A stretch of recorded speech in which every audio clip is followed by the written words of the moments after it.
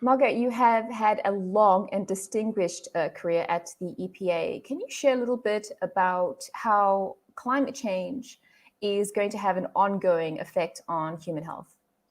Well, first of all, thank you for having me. It's wonderful to see you in Rome from Washington, D.C. It tells you what technology can do. I spent about 32 years at the Environmental Protection Agency, holding different positions, dealing with toxic chemicals, indoor air pollution, radiation. And the last almost 20 years, my work was really to direct the Office of Transportation and Air Quality and deal with all issues related to emissions from everything that moves and pollutes, from planes to cars to trucks to locomotives and so forth.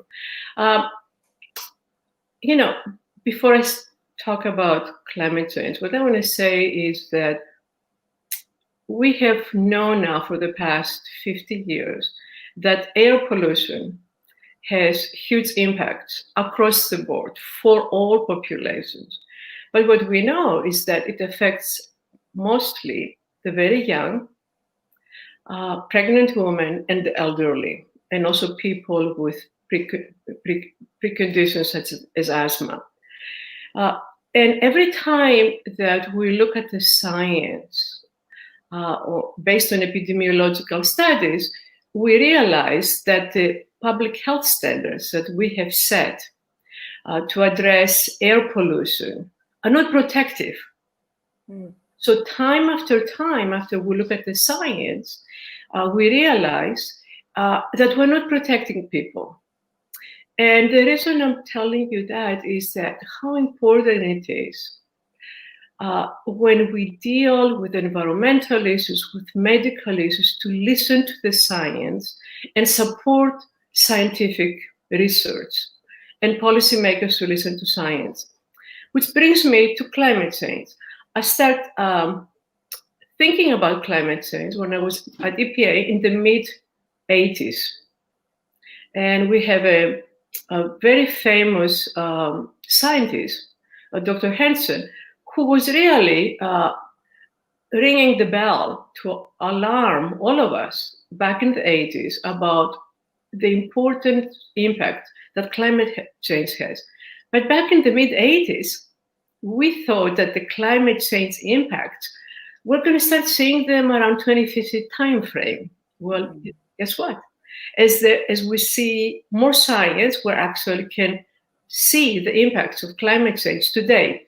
Every corner of the planet is impacted by climate change, from severe weather conditions to flooding to fires, high heat, and even it causes people to migrate. We saw what happened in Syria because of drought. People started moving from their place to other cities. And many believe that that was the initial step for what is happening in Syria today with civil war. So when it comes to climate change, we all of us must think about it very carefully and act upon. And I want to just connect it to another extraordinary event that is happening today across the planet, which is the COVID-19 epidemic.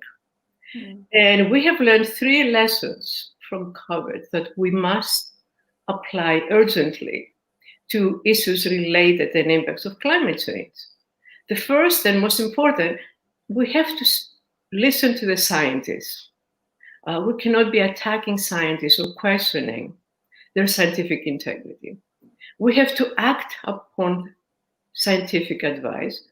And third, the urgency by which we need to act. And I may say a fourth issue is the fact that all of us are interconnected.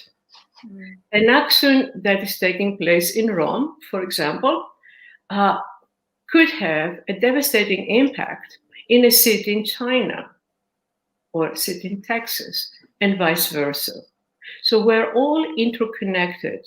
and we have to rely on each other and protect each other, rather than putting borders and walls to protect our cities, our states, and our countries. We cannot do that. The pandemic shows us that, and it really applies to climate change.